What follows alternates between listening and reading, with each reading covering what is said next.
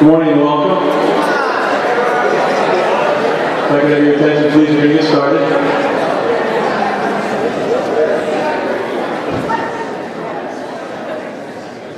Thank you very much. So I'd like to welcome you here today for what will be a very different experience for you.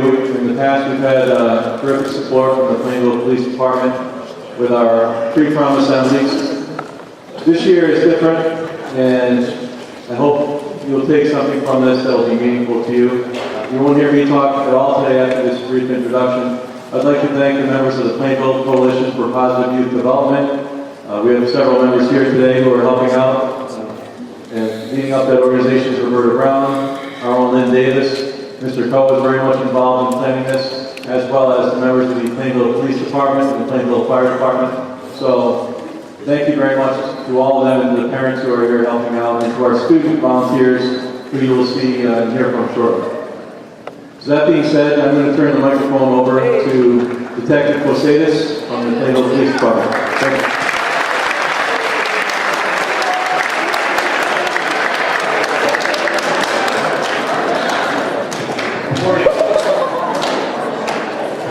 Good morning.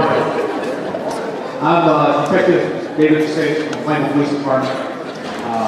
Some of you may remember me from there, way back.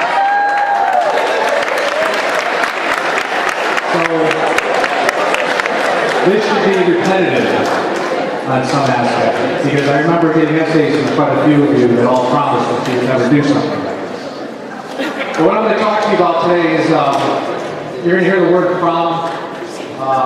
Project Safe Prom, all of that. What we're talking about is not just prom. This is very important for now and for the rest of your life when it comes to drinking and driving. I've been a police officer for 21 years. Prior to that, I was a firefighter before. I grew up in this town, sat at the same auditorium in high school. So very connected to this town, and everything you'll see today, hear about today, see later today, I've been involved in every aspect of it. I went through some statistics through the CDC. Car accidents are the leading cause of accidental death for teens. 1 in 10 high school students admits to regularly drinking and driving.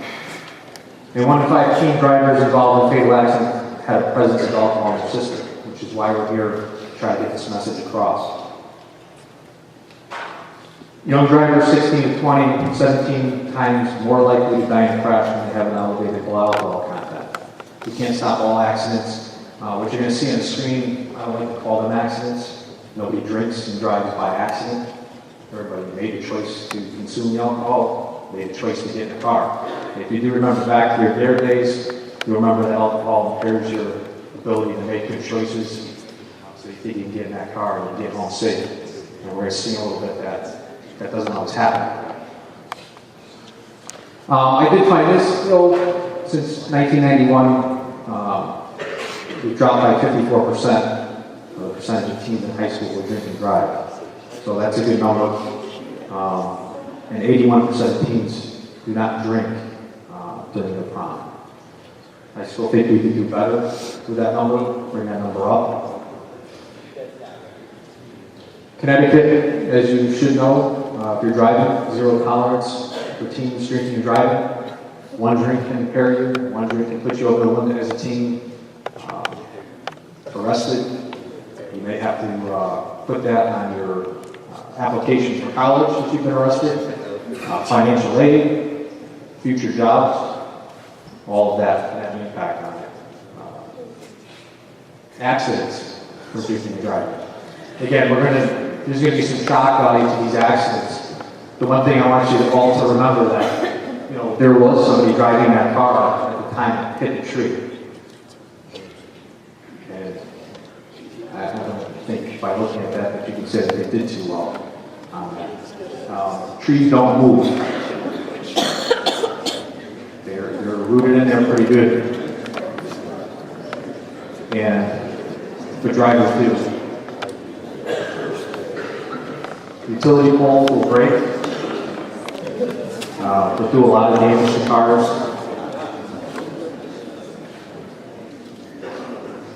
Guardrails don't move. Again, drivers, passengers, rear seat, front seat, doesn't matter in this car.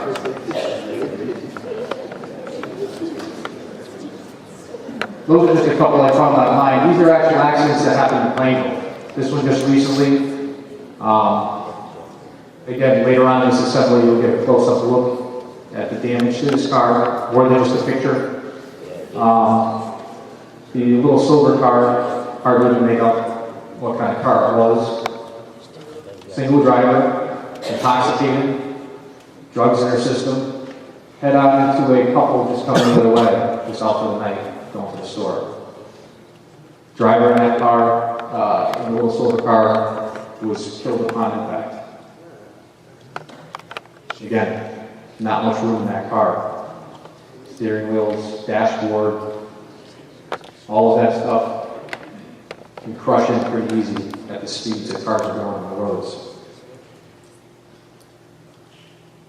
Yeah, if you're a rear seat passenger in this car, you're the driver, a lot of damage done to this vehicle. Again, no passenger in the car on this one, but you can see the driver was pretty much pushed into the passenger side from the impact. All the blood and everything was on the passenger side airbag of that car. She was driving, unrestrained, no seatbelt. Farmington Avenue, this was an accident, again. Car completely demolished, driver. There's all these accidents that I'm showing you, all these accidents that we're talking about today, all fatalities. Somebody died in this car because of alcohol in their system, because they were drinking and driving. Again, telephone poles, trees, do not move that way. Cars will wrap right around them. This is how much space that steering wheel was moved by the person, not by the fire department, by their chest impacting that steering wheel at speed, move that steering wheel up. So you can imagine what kind of damage it does to your chest cavity. Another fatal accident, again, passenger side of the vehicle. A lot of damage done to that. Inside steering wheel snapped, bent.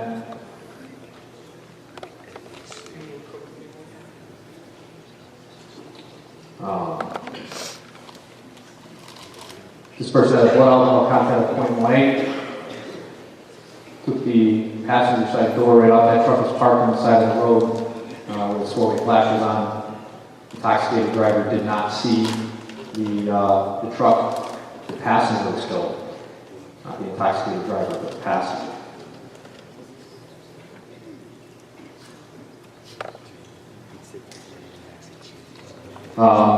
In this one, this was an accident on Collin Road 177.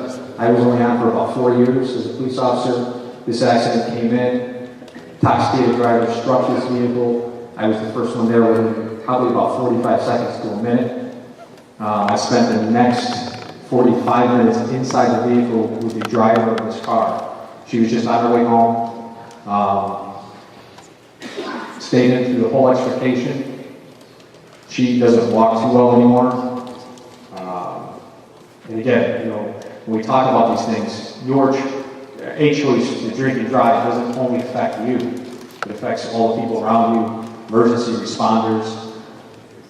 45 minutes in the car, her asking me repeatedly, am I going to die? Am I going to die? I can't feel my legs. Am I going to die? Kind of stayed with me for a little bit. She was the innocent. She wasn't intoxicated. She was just driving through the stop sign when the drunk driver hit her. Again, in the car for over 45 minutes until the fire department got there, got the roof off the car, ambulance got there, and was able to get her out. Broad Whiting Street, this was an accident I actually witnessed.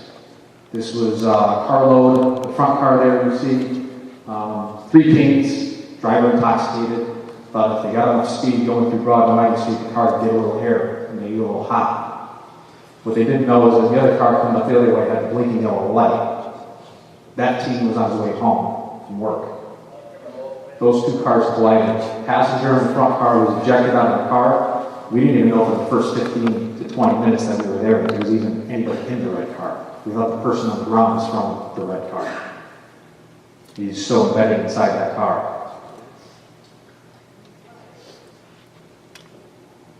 Again, fire department having to take the roof off the car to pry him out.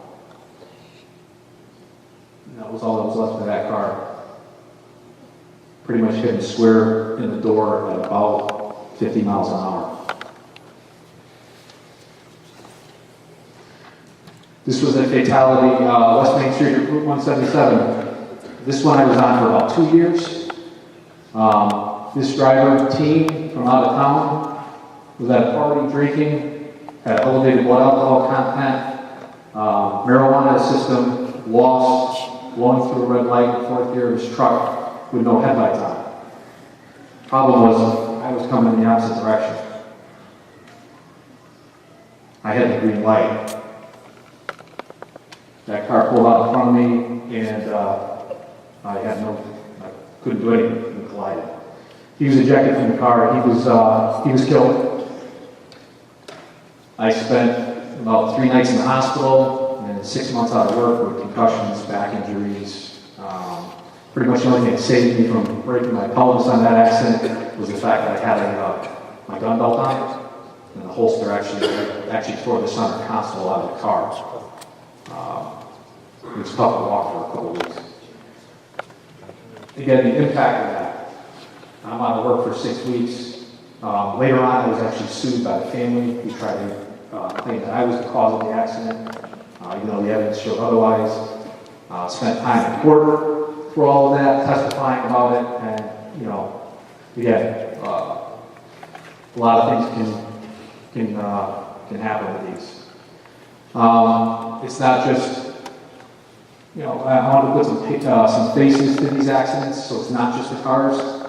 This is Jane, 17-year-old from Glastonbury, varsity lacrosse, National Honor Society, student council, member of Big Sister, captain of the math team, badminton club, all these things.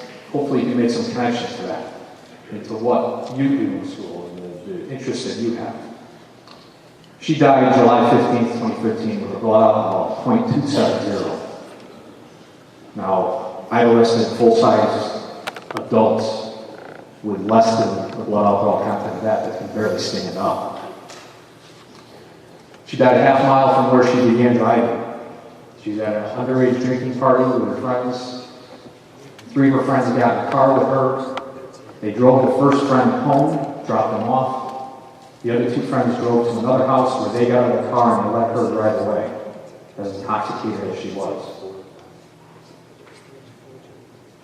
They were both arrested for reckless endangerment for allowing her to drive. And the 16-year-old who hosted the party was also arrested. Same day, Robert and Andrew, 18 and 16, they died. Both passengers in the vehicle being driven by an 18-year-old with blood alcohol content only 0.068, a fraction of what the other one was. But still enough in the system to make bad choices and get in a high-speed crash. Watson was charged with 2 counts, second-degree manslaughter, 2 counts, a lot of different charges there. He only suffered minor injuries, the driver. These 2 died. So it's not just getting in the car if you've been drinking, but getting in the car with somebody that maybe has been drinking. Paige Houston, age 17, from Hebron, just under her senior year. Got a lot of connections with that. She died August 6, 2013. She was a passenger in a pickup truck. She was in a truck with an intoxicated driver and wanted to get out, unbuckled her seatbelt when the crash happened. She was ejected off the back window and struck headfirst into a stone wall, was pronounced dead on scene. Connor McKee, with a blood alcohol content of 0.110, he's been sentenced to 4 years in prison and 4 years special probation. Not being able to drive a car or anything like that after he gets out.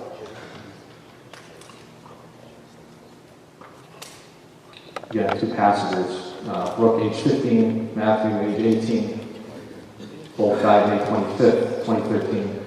2013 was a bad year for young teen victims of drinking and driving. Both passengers' vehicles driven by a 19-year-old admitted to using marijuana prior to the accident. She was sentenced to 8.5 years in prison for this accident and near death. So what we're here for today is asking you to make the right decision, not only throughout the rest of your life when it comes to drinking and driving. Your life depends on it.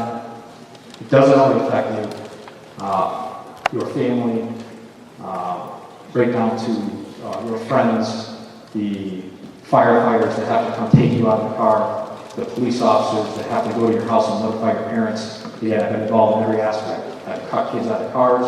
I've had to go to people's houses and tell them that their children died in a car crash. Those are good nights as being a police officer. Again, promise chance for high school juniors and seniors to make memories. Please don't make these the last memories that your friends have of you or your family has of you. That last picture standing in front of the fireplace or in front of the stairwell in your house or your prom date, don't make that last picture your parents give you. The national average cost of attending prom is $1,300 compared to the $10,000 funeral.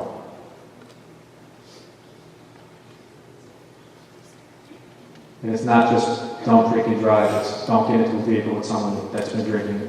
All these slides I showed you, several more passengers in the car. Also, don't let somebody who's been drinking drive. We saw it can be criminally held responsible if that's the case. You don't want that on your conscience, that you let them drive away. If it means you have to call a parent, the police, to stop them from doing that. All right, with that, we're going to start the next part of our presentation.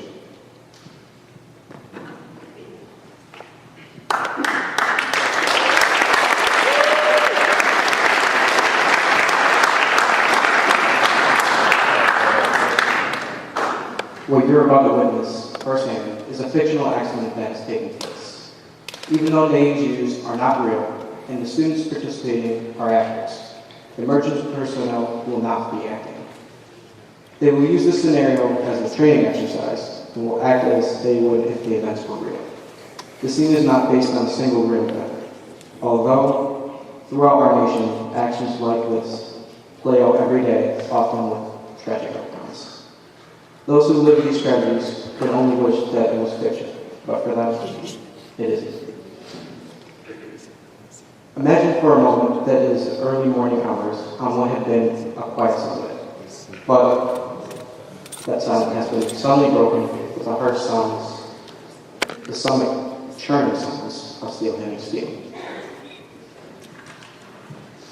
Everyone who lives nearby has just been jolted from their sleep by a deafening sound.